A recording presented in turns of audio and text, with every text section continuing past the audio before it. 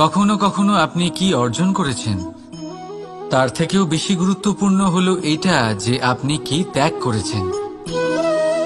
কিন্তু কোন কোন বিষয়ে সাবধান থাকতে হবে তা মন দিয়ে শুনুন। জীবনে যখনই আপনি আপনার লক্ষ্য স্থির করবেন তখন ভ্রম থেকে সাবধান থাকুন, কারণ তা আপনাকে লক্ষ্যভ্রষ্ট করে দিতে পারে। যখন যাত্রা করবেন তখন আলস্য থেকে সাবধান থাকুন, কারণ সেটা আপনাকে আপনার যাত্রা পূরণ করতে দেবে না। যখনই ন্যায় করবেন তখন বন্ধুদের থেকে সাবধান থাকুন, কারণ তারা আপনার ন্যায় করার ক্ষমতা দুর্বল করে দিতে পারে। যখনই সাফল্য লাভ করবেন অহংকার থেকে সাবধান থাকুন, কারণ তা আপনার সাফল্য আপনার কাছে বেশি দিন ধরে রাখতে দেবে না। আর যখনই আপনি প্রেম করবেন নিজের থেকে সাবধান থাকুন, কারণ আমি আপনাকে কখনো আমরা হতে দেবে না। রাধা রাধা। সাপ, এই শব্দটা শুনলেই মনের মধ্যে এক ধারণা তৈরি হয়। বিষে ভরা, ফোঁস আওয়াজ করা এক ভয়ানক জীব। যদি এই সাপ কারোর বাড়িতে ঢুকে পড়ে কোলাহল সৃষ্টি হয়ে যায়, লোকে সুরক্ষিত স্থান খুঁজতে থাকে, ভিড় জমা হয়ে যায় সেই সাপের প্রাণ নেওয়ার জন্য। কিন্তু যদি এই সাপ কোনো মন্দিরে দেখতে পাওয়া যায় তাহলে কি হবে? লোকে সেই সাপের সামনে নিজের মাথা নত করবেন, প্রার্থনা করবেন, হাত জোড় করবেন, দুধ খাওয়াবেন, তাকে শিবের আশীর্বাদ মনে করবেন। তাহলে এই বিষয়ে আপনার মতামত কি? ভাবুন, মানুষগুলো সেই একই ছিল, সাপও সেই একই। তাহলে পরিস্থিতিতে এত তফাৎ কেন? কোথাও সেই সাপের প্রাণ নেওয়া হচ্ছে, আবার কোথাও সেই সাপকে পুজো করা হচ্ছে। তফাতের কারণ হল সংস্পর্শ আর স্থান।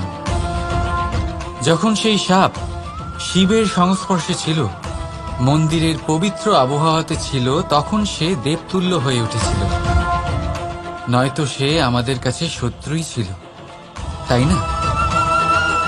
তাই নিজের জীবনে সংস্পর্শ আর স্থানের চয়ন খুব ভেবেচিন্তে করুন, কারণ এই সংসার আপনার ব্যক্তিত্বের আন্দাজ আপনার সংস্পর্শ থেকেই করবে।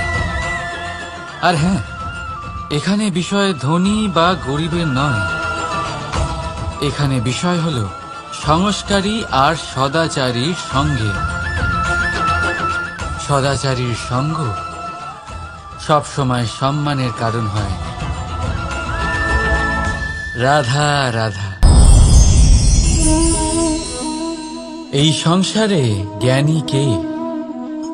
সেই ব্যক্তি যিনি বেদের অর্থ বোঝেন, নাকি তিনি যিনি জন্ম এবং মৃত্যুর রহস্যের সমাধান করেছেন, নাকি তিনি যিনি ৬৪ কলায় নিপুণ? না, এই সংসারে জ্ঞানী তিনি যিনি কেবলমাত্র একটা পার্থক্য বোঝেন, পার্থক্য মেনে নেওয়া আর দৃঢ় হওয়ার মধ্যে। শব্দগুলি অত্যন্ত সরল, কিন্তু যদি মন দিয়ে ভেবে দেখেন তাহলে এর অর্থ অত্যন্ত গুরুত্বপূর্ণ। বুঝিয়ে বলছি আপনাকে, যদি মেনে নেন তাহলে হার, কিন্তু যদি দৃঢ় হন তাহলে জিত। যদি মেনে নেন তাহলে কেউ আপন, কিন্তু আপনি দৃঢ় হলে সে আপনার শত্রু। মেনে নিলে ভগবান আছেন, আর দৃঢ় হলে তা শুধুমাত্রই এক পাথর। শুধু এই পার্থক্যগুলি বুঝে নিন, সংসারের সমস্ত কিছুই আপনার কাছে পরিষ্কার হয়ে যাবে। রাধা রাধা। দৃষ্টি মানুষকে দেওয়া প্রকৃতির অন্যতম শ্রেষ্ঠ উপহার, সেই দৃষ্টি যার জন্য মানুষ এই সংসার দেখতে পারে, নিজের পথ দেখতে পারে। কিন্তু সংসারে দৃষ্টি লাভ করেও সবাই মহান হতে পারে না, প্রসন্ন হতে পারে না। প্রসন্ন শুধুমাত্র তারাই হয় যাদের দৃষ্টিভঙ্গি শুভ হয়। এবারে যারা গোলাপে শুধুমাত্র কাঁটা খুঁজে পায়, তাদের হাত অবশ্যই সেই কাঁটা দ্বারা আঘাতপ্রাপ্ত হয়, কারণ তাদের দৃষ্টি শুধুমাত্র কাঁটা অবধি সীমিত থাকে। কিন্তু সুগন্ধ প্রস্তুতকারক পাপড়ি অবশ্যই খুঁজে বার করেন। কেন? একটু ভেবে দেখুন। যারা অন্ধকারে আলো পেতে চান, তাদের কাছে প্রদীপ ও সূর্যের মতো মনে হয়।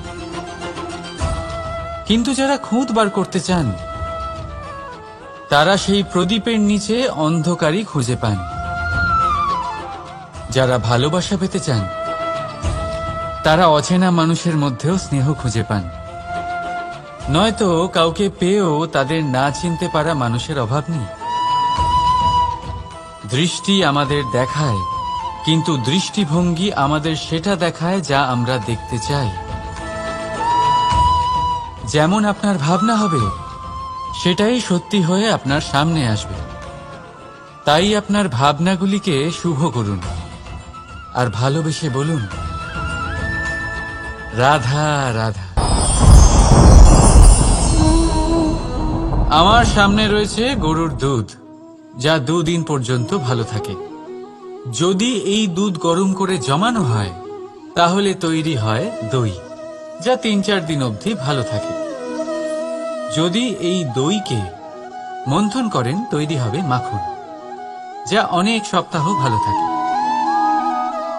আর যদি এই মাখন ফোটানো হয়, তাহলে তৈরি হয় ঘি, যা বহু বছর ভালো থাকে। মানেটা বুঝলেন? তাপ আর মন্থন। জীবনে যত পরীক্ষায় উত্তীর্ণ হতে পারবেন, যত কষ্টের তাপ সহ্য করতে পারবেন, যত মন্থনের বাধা পেরোতে পারবেন, ততই যশ, শক্তি আর সামর্থ্য বাড়তে থাকবে। তাই কর্ম করুন, কঠিন বাধার সম্মুখীন হন, আর মন্থন করে মন শুদ্ধ রাখুন। মন প্রসন্ন হয়ে বলবে, রাধা রাধা।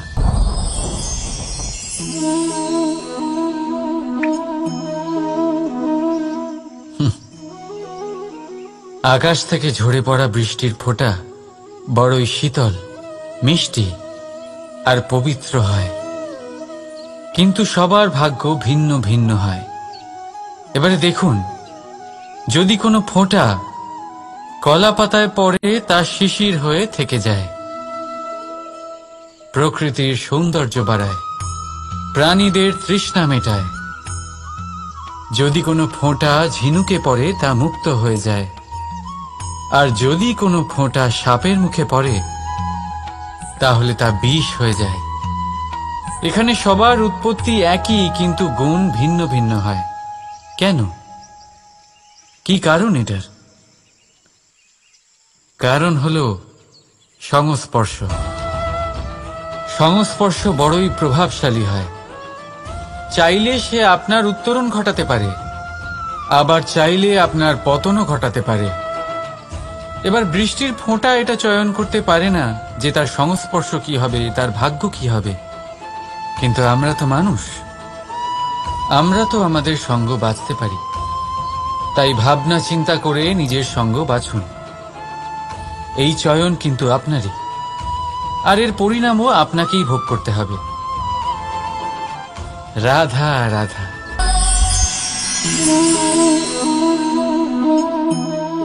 এই ফল দেখতে পাচ্ছেন আপনি?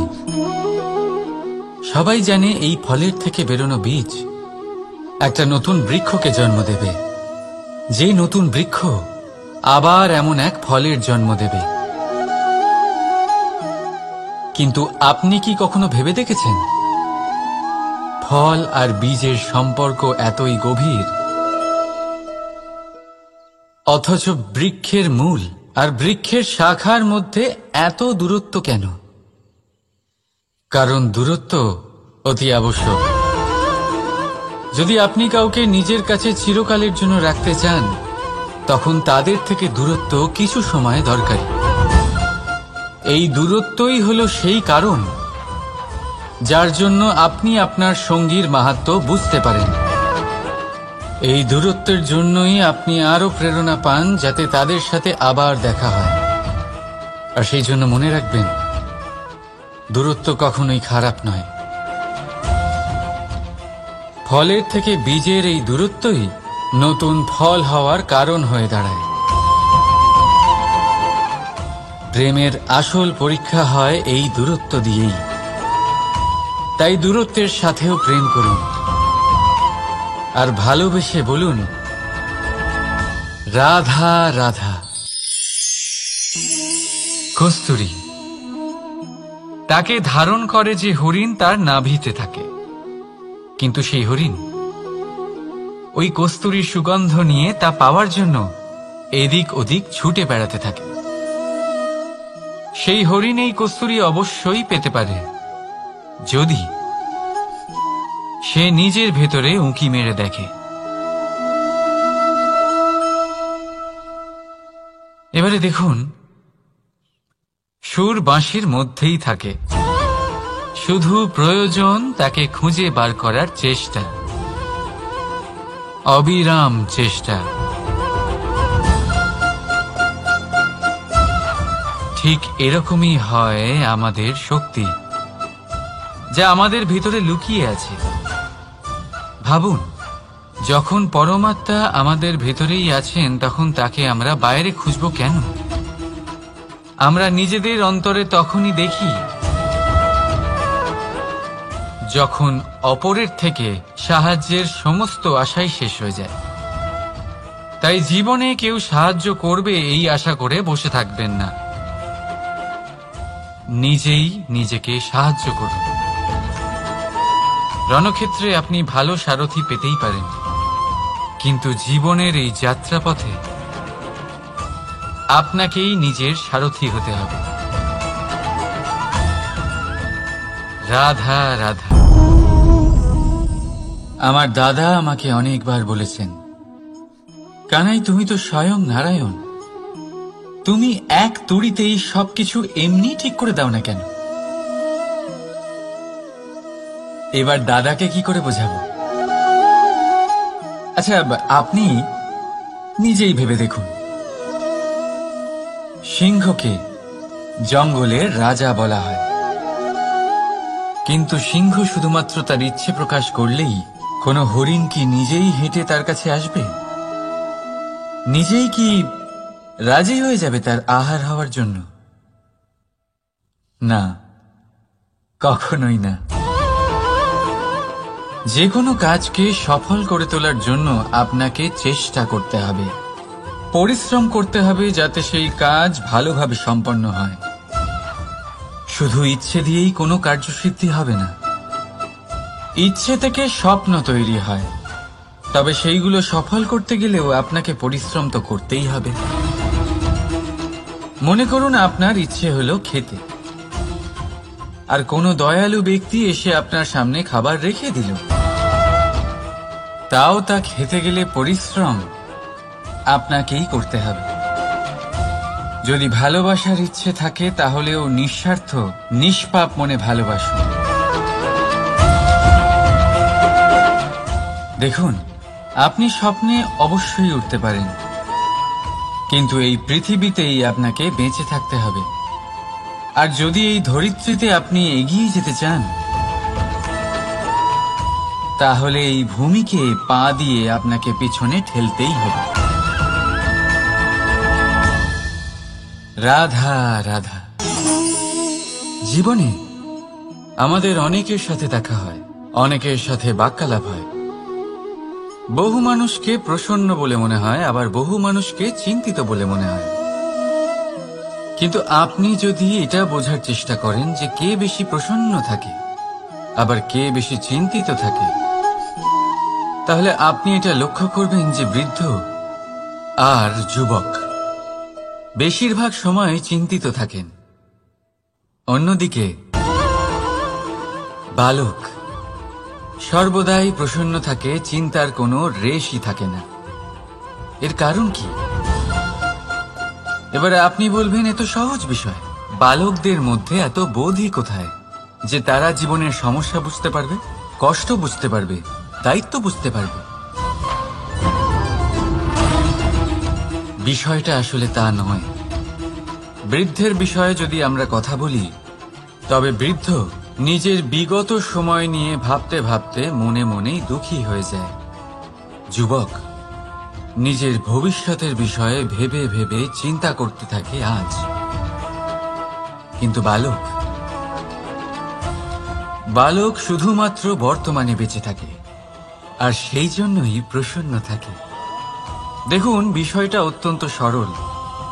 আপনি আপনার বিগত কাল পাল্টাতে পারবেন না। এখন যদি আপনি নিজের ভবিষ্যৎ আরো উজ্জ্বল করতে চান, তাহলে আজ নিজের কর্ম করতে হবে, আজ পরিশ্রম করতে হবে আপনাকে। তাহলে ভুলে যান গতকাল আর আগামীকালের চিন্তা। বর্তমানে আনন্দ করুন, কারণ এই বর্তমান আপনার ভবিষ্যৎ উজ্জ্বল করতে পারে। আবার এই বর্তমান আগামী সময়ে আপনার সেই বিগত কাল হবে যার কথা ভেবে আপনার গর্ব হবে। রাধা, এই সংসারের অন্তের, এর বিনাশের প্রারম্ভ কিভাবে হয়? কোন যোগের মাধ্যমে? কোন ভয়ানক অসুরের আগমনে? নাকি প্রকৃতির রাগের কারণে? না, এই সংসারের বিনাশের প্রারম্ভ হয় আমি থেকে। এই আমি, এই তুমি, এটা আমি করেছি, ওটা তুমি করেছো, এটা আমার, ওটা তোমার, আদি ইত্যাদি। এই ভাব যখন মনে বাসা বেঁধে নেয়, সর্বপ্রথম ঘর ভাগ হয়, তারপর বসতি, তারপর প্রাণ, আর তারপর দেশ, আর সবার শেষে সমস্ত সংসার ভাগ হয়ে যায়। আর এই ভাগ হয়ে যাওয়া শেষে মনোমালিন্যে পরিণত হয়। এখন এমত অবস্থায় কি করা যেতে পারে? কিভাবে বাঁচা যায় এই পরিস্থিতির থেকে? কিভাবে দূরে থাকা যায় এই বিনাশের থেকে? উত্তর সেই একটাই, করুণা। একে অপরের দরকারগুলি বুঝুন, একে অপরের সমস্যাগুলি বুঝুন, একে অপরের দুঃখের সাথী হয়ে দাঁড়ান, একে অপরের সুখের ভাগীদার হন। আর শেষে যখন এই আমি আমরাতে পরিণত হবে, তখন এই বিনাশ নিজে থেকেই দূরে চলে যাবে। তাহলে আমরাতে বিশ্বাস করতে শিখুন, আর আমার সাথে ভালোবেসে বলুন, রাধা রাধা। এই মুদ্রা। এবারে ভাবুন, এটাই আমাদের জীবন, জীবনের সুখ আর দুঃখ। এই মুদ্রার, এই জীবনের দুটি দিক। কিন্তু যখনই আমরা ঈশ্বরের কাছে প্রার্থনা করি, তখনই আমরা সুখ চাই, আর সেই সুখ আসেও। আর যখনই সেই সুখ আসে, তখন ব্যক্তি সর্বপ্রথম তাকে ভুলে যায় যে দুঃখের সময় ওনার সাথে ছিলেন। আর এমত অবস্থায় উনি সাহায্য করেন না, উনি করেন উপকার। আর এই উপকারের বদলে মানুষের থেকে উনি নিজের জন্য শ্রদ্ধা চান। আর সেই শ্রদ্ধা, সেই চাহিদার কারণে উনি নিজেকে অন্যদের থেকে শ্রেষ্ঠ, অন্যদের থেকে ভিন্ন মনে করতে বিবশ হয়ে যান। আর আলাদা হবার কারণে তার মধ্যে জেগে ওঠে অহংকার, আর সেটাই হয় তার পতনের কারণ। এবার এতে কি করা যেতে পারে? কি চাওয়া যেতে পারে ঈশ্বরের কাছে? এই প্রশ্ন অবশ্যই মনে আসে। ঈশ্বরের কাছে চান সুখ, শুধুমাত্র ততটাই যাতে অহংকার না আসে, আর দুঃখ ততটাই যাতে শ্রদ্ধা না চলে যায়। রাধা রাধা। এই সংসারে এমন কিছুই নেই যে সব সময় একই থাকবে। যা কিছু নির্মাণ হয়েছে তা একদিন অবশ্যই ভেঙে পড়বে। কিন্তু এই ভেঙে যাওয়ার বিশ্লেষণ আপনি কিভাবে করবেন তা আপনার উপরে নির্ভর করছে। ওই আকাশের দিকে তাকান, ওই মেঘ, ওটাও ভেঙে পড়ে, কিন্তু নিজে ভেঙে পড়ার সাথে বর্ষাকে তৈরি করে যায়। মাটির ডেলা অবশ্যই ভেঙে পড়ে, কিন্তু ব্যবহারযোগ্য মাটির রূপ নিয়ে। এই ধরিত্রীর বুকে কোনো এক বীজ যখন ভেঙে পড়ে, তখন ধরিত্রীর উপর এক বিশাল আকারের বৃক্ষ নির্মাণ করে। যদি জীবনে কিছু ভেঙে পড়ে, তাহলে নিরাশ হয়ে পড়বেন না, নিজের সাহস হারাবেন না। ধনাত্মক দৃষ্টিভঙ্গি দিয়ে দেখতে চেষ্টা করুন। মনে করুন, নিয়তি নিশ্চয়ই আপনার জন্য আরো ভালো কিছু ভেবে রেখেছে, যা ভবিষ্যতে আপনার প্রতীক্ষা করছে। ধনাত্মক চিন্তা ভাবনা করতে থাকুন, তারপর দেখবেন শ্রেষ্ঠ রচনা নিজেই তৈরি হবে। রাধা রাধা। চলতে থাকা, থেমে যাওয়া, বিশ্রাম নেওয়া, তারপর দম নিয়ে পুনরায় দাঁড়িয়ে পড়া, আর তারপর আবার সেই পথ চলা। এটা জীবনের অভিন্ন এক অঙ্গ, এটার থেকে আপনি পালাতে পারবেন না। কিন্তু এই অঙ্গকে আপনি নিজের জীবনে কিভাবে প্রয়োগ করবেন, কিভাবে তাকে কাজে লাগাবেন, সেই সিদ্ধান্ত আপনাকে নিতে হবে। যারা হেরে যান তারাও জীবনে থমকে যান, আবার যারা জেতেন তারাও দাঁড়িয়ে পড়েন। যারা হেরে যান তারা হাঁপিয়ে দাঁড়িয়ে পড়েন, যারা জিতে যান তারা দাঁড়িয়ে পড়েন সেই সর্বোচ্চ স্তরে পৌঁছে গিয়ে। এবার দাঁড়াতে তো আপনাকে হবেই, তা হতেই হবে। কিন্তু কখন, কিভাবে দাঁড়াবেন, ক্লান্ত হয়ে নাকি সর্বোচ্চ স্তরে পৌঁছে গিয়ে, সেই সিদ্ধান্ত আপনার। অবশ্যই দাঁড়িয়ে পড়ুন, কিন্তু ক্লান্ত হয়ে নয়, কারণ আপনাকে পুনরায় দাঁড়িয়ে পড়তে হবে, পুনরায় যাত্রাপথে এগোতে হবে এবং সর্বোচ্চ স্তরে পৌঁছতেই হবে। রাধা রাধা।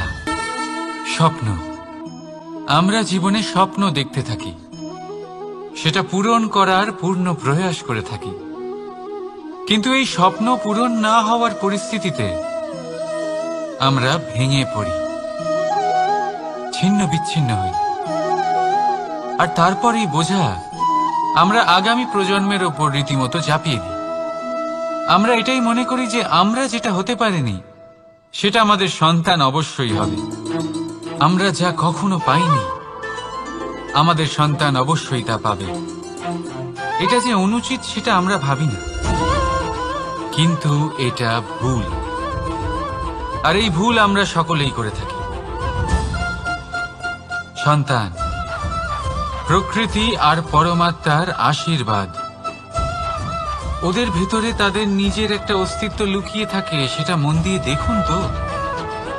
আপনি শুধু ওই সন্তানকে জন্ম দিয়েছেন, কিন্তু ওর জীবন আপনার নয়। তাই নিজের সন্তানের সাথে থাকুন, সময় কাটান, ওদেরকে ভালোবাসুন, সবসময় প্রেরণা দিন, কিন্তু প্রেরণা দিন ওর নিজের অস্তিত্বকে বাড়ানোর জন্য, ওর নিজের স্বপ্ন পূরণ করার জন্য, আপনার স্বপ্ন পূরণ করার জন্য নয়। ওদের অস্তিত্বকে পূর্ণাঙ্গে বৃদ্ধি পেতে দিন। রাধা রাধা। এই পুকুর দেখছেন আপনি? পুকুরের জল কখনো প্রবাহিত হয় না, একই স্থানে জমে থাকে, আর সেই কারণে কিছুদিন পর ময়লা হতে শুরু করে।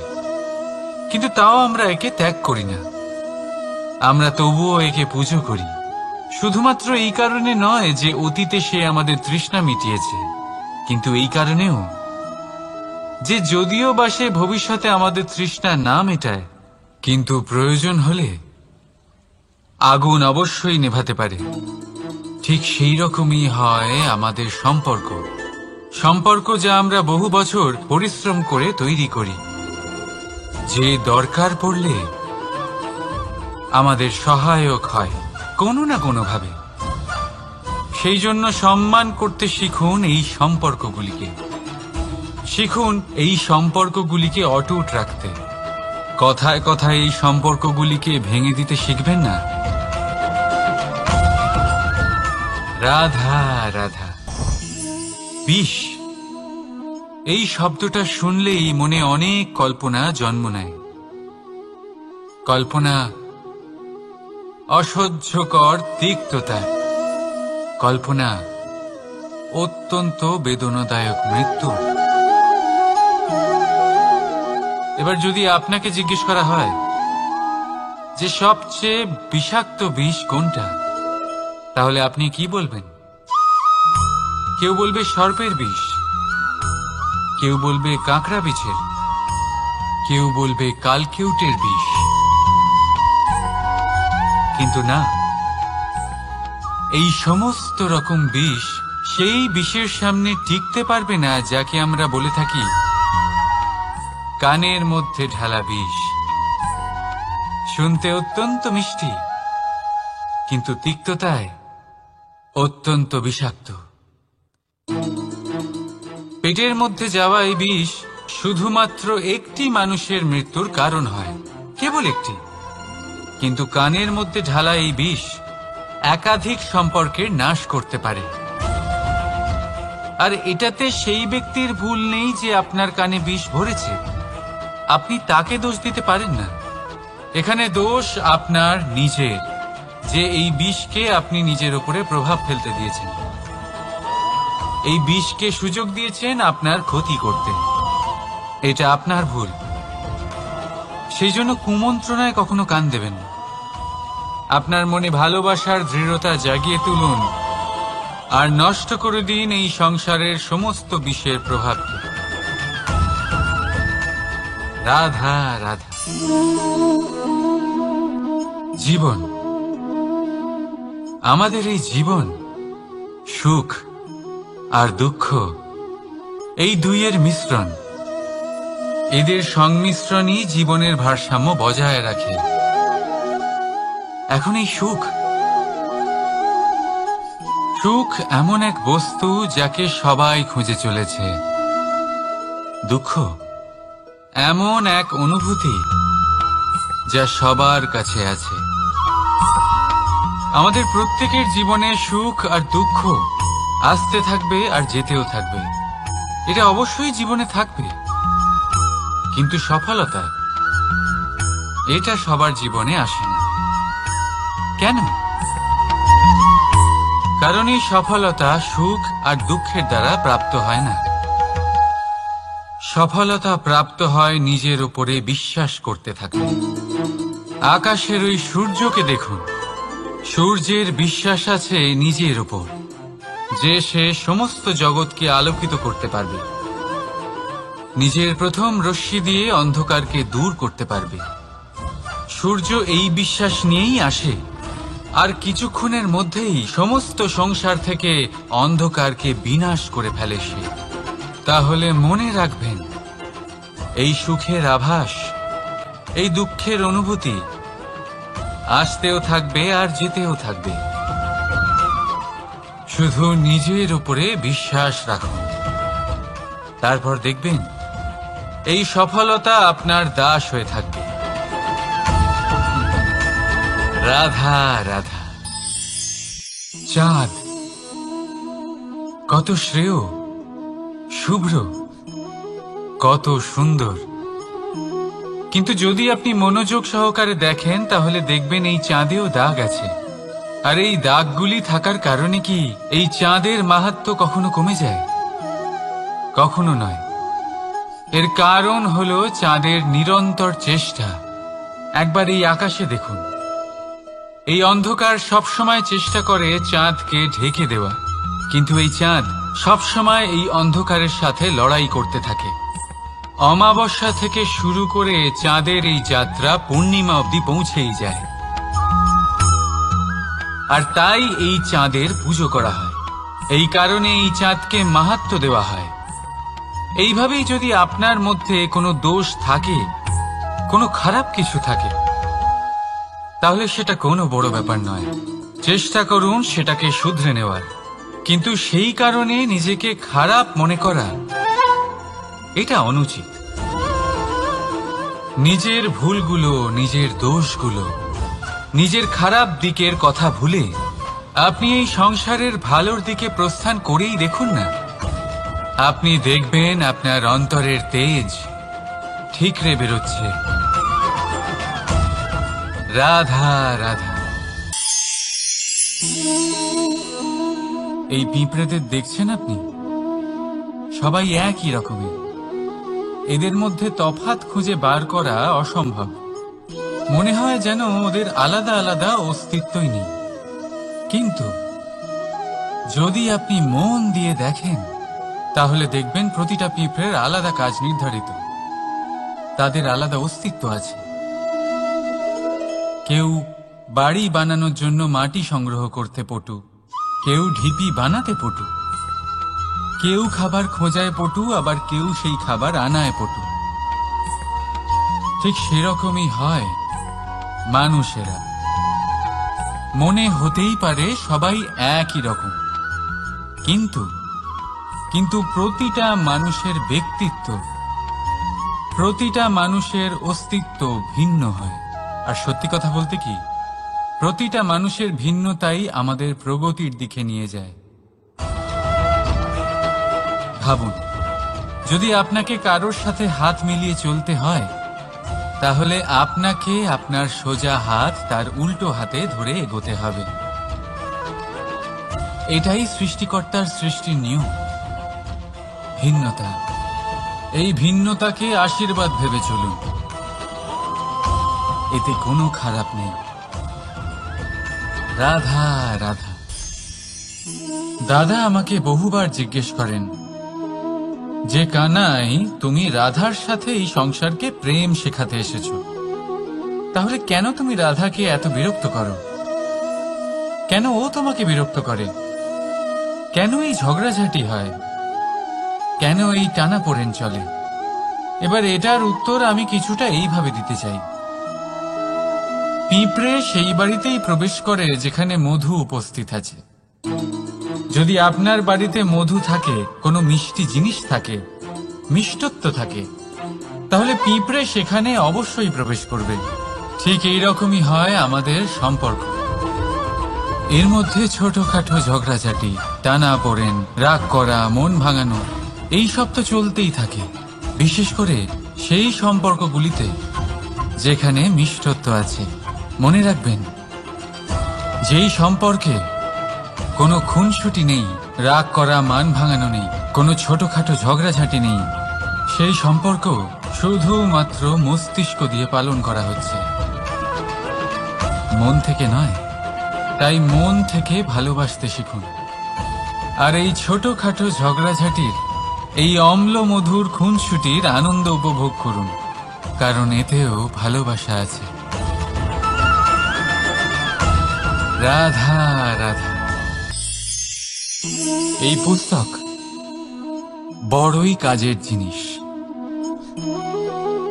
কাহিনী হোক, কবিতা হোক, স্মৃতি হোক, এতে যাই লিখে দেবেন তা ভবিষ্যতের পুঁজি হয়ে যাবে। কিন্তু যদি কখনো এমন হয় যে এই পুস্তক ময়লা হয়ে যায়, বা যদি কোনো পাতায় আপনি ভুল করে কালি ফেলে দেন, বা কোনো বাক্য লিখতে গিয়ে আপনি ভুল করে ফেলেন, তাহলে আপনি কি করেন?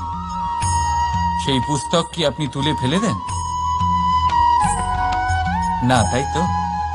শুধু একটা পাতা ছিঁড়ে ফেলেন, যাতে সেই পুস্তক সঠিক থাকে, সুন্দর হয়ে ওঠে।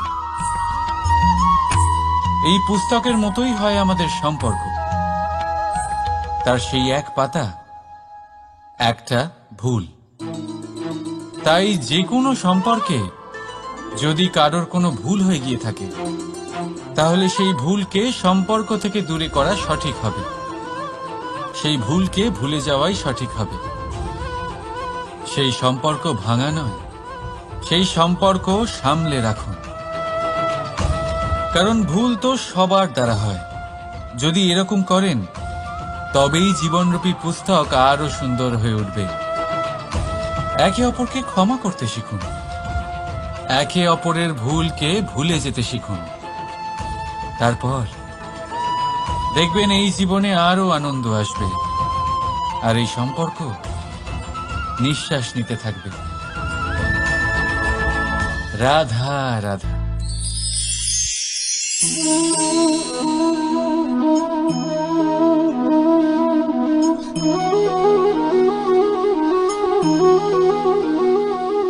আমার এই ছায়া দেখতে পাচ্ছেন আপনি? প্রকাশের স্রোত যখন মধুর আর দূরে থাকে তখন এই ছায়া লম্বা হয়ে যায়, কিন্তু যেই প্রকাশের স্রোত মাথার উপরে চলে আসে এই ছায়ার আকার ক্রমশ ছোট হতে থাকে, আর অন্ধকারে তো এই ছায়া বিলুপ্ত হয়ে যায়। কিছুটা এরকমই হয় আমাদের অহংকার। সুখের আগমন হলে বৈভবের উপলব্ধিতে এটা বাড়তে থাকে, কিন্তু যেই সংকটের তাপ বেড়ে ওঠে অহংকার ছোট হতে থাকে। আর যখন সংকটের এই অন্ধকার আমাদের চারিদিক থেকে ঘিরে ধরে তখন এই অহংকার আমাদের ছায়ার মতোই বিলুপ্ত হয়ে যায়। তাই সেই কারণে আপনার জীবনে সংকটের আগমন আপনার অহংকার নষ্ট করেই দেবে, কিন্তু তার জন্য সংকটের অপেক্ষা কেন করবেন? এই অহংকারকে বাড়তেই দেবেন না, উৎপন্ন হতেই দেবেন না। বিবেকের সুতো দিয়ে বেঁধে রাখবেন একে। দেখুন, আমি শ্রেষ্ঠ, এটা বিশ্বাস করতে কোনো আপত্তি নেই, কিন্তু শুধুমাত্র আমি শ্রেষ্ঠ আর কেউ নয়, এই আত্মসম্মান নয়, এ হলো অহংকার। আর অহংকার আর কিছুই নয়, শুধু পতনের দিকে প্রথম পদক্ষেপ। আর এই জীবনে পতনের দিকে নয়, প্রেমের দিকে এগিয়ে যান। আর আমার সাথে ভালোবেসে বলুন, রাধা রাধা। আপনি কি কখনো ফলে ফুলে পরিপূর্ণ বৃক্ষ দেখেছেন? তার ডালগুলো কিরকম স্বাধীনভাবে বেড়ে ওঠে, কিন্তু যদি এই ডালগুলো মূলের সাথে ঠিকভাবে যুক্ত না থাকে, সেই বৃক্ষের মূলগুলি গভীর না হয়, তাহলে কি হবে? তাহলে কি সে সেই সব সুবিধা পাবে? কখনোই নয়। সেই বৃক্ষের ডাল পড়ে যাবে, সেই বৃক্ষ ভূমিষ্ঠ হয়ে যাবে। ঠিক সেইভাবেই চিন্তা ভাবনার স্বাধীনতার আনন্দ আপনি তখনই আস্বাদন করবেন যখন আপনার শিক্ষা গভীর হবে। তাই স্বাধীন থাকুন দৃষ্টিভঙ্গিতে, কিন্তু যুক্ত থাকুন শিক্ষার সাথে। রাধা রাধা। সমাজ, আমরা এই সমাজে বাস করি আর বহুবার একটা গুরুত্বপূর্ণ কথা ভুলে যাই। এই সমাজ আমরা সকলে মিলে তৈরি করি। সমস্ত সময় কাটিয়ে দিই এইটা ভাবতে ভাবতে যে এই সমাজ কি ভাববে, আমার কি করা উচিত, আমার কি ভাবা উচিত, কি পড়া উচিত, কোনটা সঠিক কোনটা ভুল। যদি আমি এটা করি তাহলে কয়েকজনের এটা মনে হবে না তো যে আমি খারাপ, যখন আমি তা নই। মনে ভয় উৎপন্ন হয় সেই কয়েকজন মানুষের জন্য। তার কারণ হলো আমরা আমাদের মনের কথা শুনতে পাই না, না শুনতে পারি, না বলতে পারি, আর না করতে পারি। সেই কয়েকজন মানুষের ভয় আমরা খারাপের বিরোধিতা করা ছেড়ে দিই। কিন্তু কখনো নিজেকে জিজ্ঞেস করুন, শেষ পর্যন্ত কারা এই কয়েকজন মানুষ? এই সংসারে প্রতিটি মানুষেরই নিজের আলাদা আলাদা ব্যক্তিত্ব আছে, আলাদা দৃষ্টিভঙ্গি আছে। তাই যদি আপনি এটা ভাবেন যে আপনি সবাইকে খুশি করতে পারবেন, তাহলে আপনি ভীষণ বড় ভুল করছেন। জীবনে কর্ম তাই করুন যাতে আপনার অন্তরাত্মা সন্তুষ্ট হয়, আর অন্তরাত্মা সন্তুষ্ট তখনই হবে যখন আপনার কর্ম শুভ হবে। তাই নিজের মনের কথা শুনে এই সংসারে শুভ কর্ম করতে থাকুন, তবেই এই সংসারের কর্মে আপনি সার্থক হবেন। রাধা রাধা।